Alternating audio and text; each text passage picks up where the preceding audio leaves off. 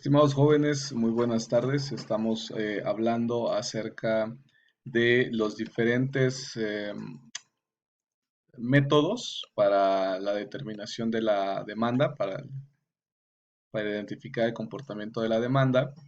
Y habíamos hecho mención del método de carácter subjetivo que tiene que ver con la reunión de especialistas, como en el método Delphi, de los modelos de pronósticos causales que tienen que ver con el impacto de un factor, del cambio de un factor en una variable como puede ser la venta o cualquier otra que se esté estudiando. Y finalmente hablábamos de las series de tiempo, la determinación o por lo menos la estimación del comportamiento futuro en función del comportamiento en el pasado.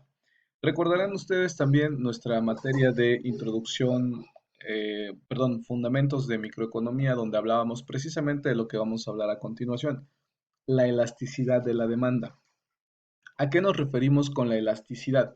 Hablamos de la relación que existe entre la variación de la demanda o la oferta, en el caso de la curva de elasticidad de la oferta, la variación que existe de la demanda como consecuencia de una variación en el precio. La fórmula para la determinación de la elasticidad de la demanda tiene que ver con la variación de la cantidad demandada entre la variación del precio para nosotros conocer el comportamiento. Hay tres tipos de curva o tres tipos de elasticidad, tres niveles de elasticidad. Y hay que recordar nada más que el comportamiento entre la demanda y el precio es inverso, no es proporcional, pero es inverso. Es decir, mientras más alto es el precio, menor es la demanda. Mientras más bajo es el precio, mayor es la demanda. Ahora, ¿en dónde vamos a encontrar los niveles de elasticidad? En la reacción que va a tener la demanda en función del cambio del precio. ¿Qué significa esto? Que ante una variación de un precio dado, la demanda es más que proporcional. Más o menos esto funcionaría así en un ejemplo muy burdo. Si yo subo un peso o si yo reduzco un peso el precio de mi producto, en teoría la demanda tendría que comportarse en función de ese peso. Vamos a suponer una relación uno a uno. Reduzco un peso, reduzco un dólar y voy a tener como consecuencia el aumento de una unidad más demandada. Sin embargo, cuando hablamos de demanda elástica, referimos a que yo hago una variación mínima en el precio y el comportamiento de la demanda es sustancial. Vamos a verlo en lo que sucedió en recientes fechas con el precio de la gasolina. El precio de la gasolina, que si bien no fue una disminución menor, tampoco es que regresáramos a los precios de hace 5 años, donde el precio de la gasolina andaba como en 12, 13 pesos aproximadamente el litro. Pasamos de comercializar el litro de gasolinas en 20 pesos promedio, independientemente si es Magna, si es Premium o si es diésel. En términos promedios andaban en 20 pesos o cercano a los 20 pesos. El precio empieza a tener una reducción en el mercado y hay lugares en los que se alcanzó hasta los 16 pesos el precio de la gasolina Premium. La Magna me parece que estuvo un poco más barata, pero el efecto inmediato fue el incremento sustancial de la demanda de las gasolinas. ¿Y qué empezó a hacer la gente? A hacer filas y filas en las gasolineras como consecuencia de esta variación en el comportamiento del precio. Es decir, esta variación en el precio generó un repunte inmediato de la demanda, ¿sale? Y ahí tenemos el ejemplo de una demanda, se denomina perfectamente elástica o una demanda elástica simplemente. También puede suceder que ante la variación del precio del producto no se modifique el comportamiento de la demanda, es decir, se siga demandando la misma cantidad de productos. Vamos a suponer ahora que tenemos un producto, como en el caso de la insulina, para la gente diabética, que tiene que ser suministrado en un momento, en un tiempo dado, en una cantidad dada. Es decir, suponiendo que yo fuera diabético, yo tendría que consumir 10 mililitros de insulina. La verdad es que no tengo identificado el comportamiento del consumo de la insulina. sea el Altísimo, no tenemos ninguna de estas enfermedades en la casa de todos ustedes.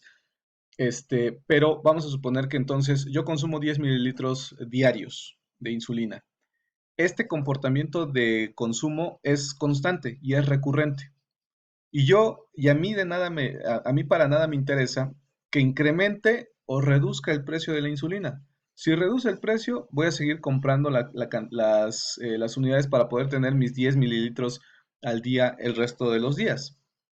Si aumenta el precio, pues yo no puedo comportarme en el sentido de, pues aumentó el precio, ya no voy a comprar insulina, voy a comprar un producto similar, porque es mi salud, porque es la salud del consumidor. Entonces, independientemente si sube o baja el precio del producto, la demanda sigue siendo la misma. De eso hablamos cuando mencionamos una demanda inelástica. Ahora bien, la curva que estamos presentando en el segundo gráfico representa el comportamiento fijo de la inelasticidad de la demanda. La realidad es que lo podemos encontrar ligeramente curva, es decir, ligeramente inclinado, ¿sale? Y aquí lo que vamos a ver es, tenemos una demanda perfectamente elástica, tenemos una demanda perfectamente inelástica, pero esa inelasticidad puede tener una variación, ¿sale? Puede ser que, ok, no voy a consumir una unidad, o no voy a mantener mi consumo de una unidad para el caso de ¿qué les dije que andábamos comprando? De la insulina, ¿sale? No voy a seguir manteniendo el mismo nivel de consumo, pero por las mismas características del producto, mi demanda tampoco se va a disparar, ¿sale? No voy a tener este comportamiento. A lo sumo, podríamos tener una ligera inclinación, ¿sale?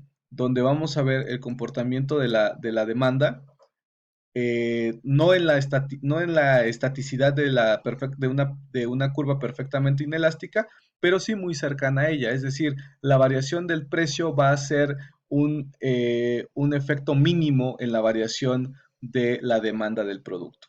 Y tenemos finalmente, que podríamos llamar lo que el mercado busca, lo que el mercado pretende y ve como lo ideal, el comportamiento de una demanda unitaria. Ante la variación de una unidad de precio, reacciona el comportamiento de una unidad de cantidad demandada del producto en cuestión. Es decir, si yo paso del precio 1 al precio 2, aquí hay un peso de diferencia, voy a ver el movimiento o la modificación de una unidad demandada. ¿Sale? Entonces, tenemos tres tipos de demandas. Una demanda perfectamente elástica, que es más que proporcional a la variación del precio, la variación de la demanda. Una demanda perfectamente inelástica, que no hay una variación de la demanda o la variación de la demanda es, eh, es mucho menor a la variación del precio. Y finalmente tenemos una demanda unitaria donde la variación de precio va a tener una reacción proporcional a la variación de la demanda, una variación inversamente proporcional. ¿Vale?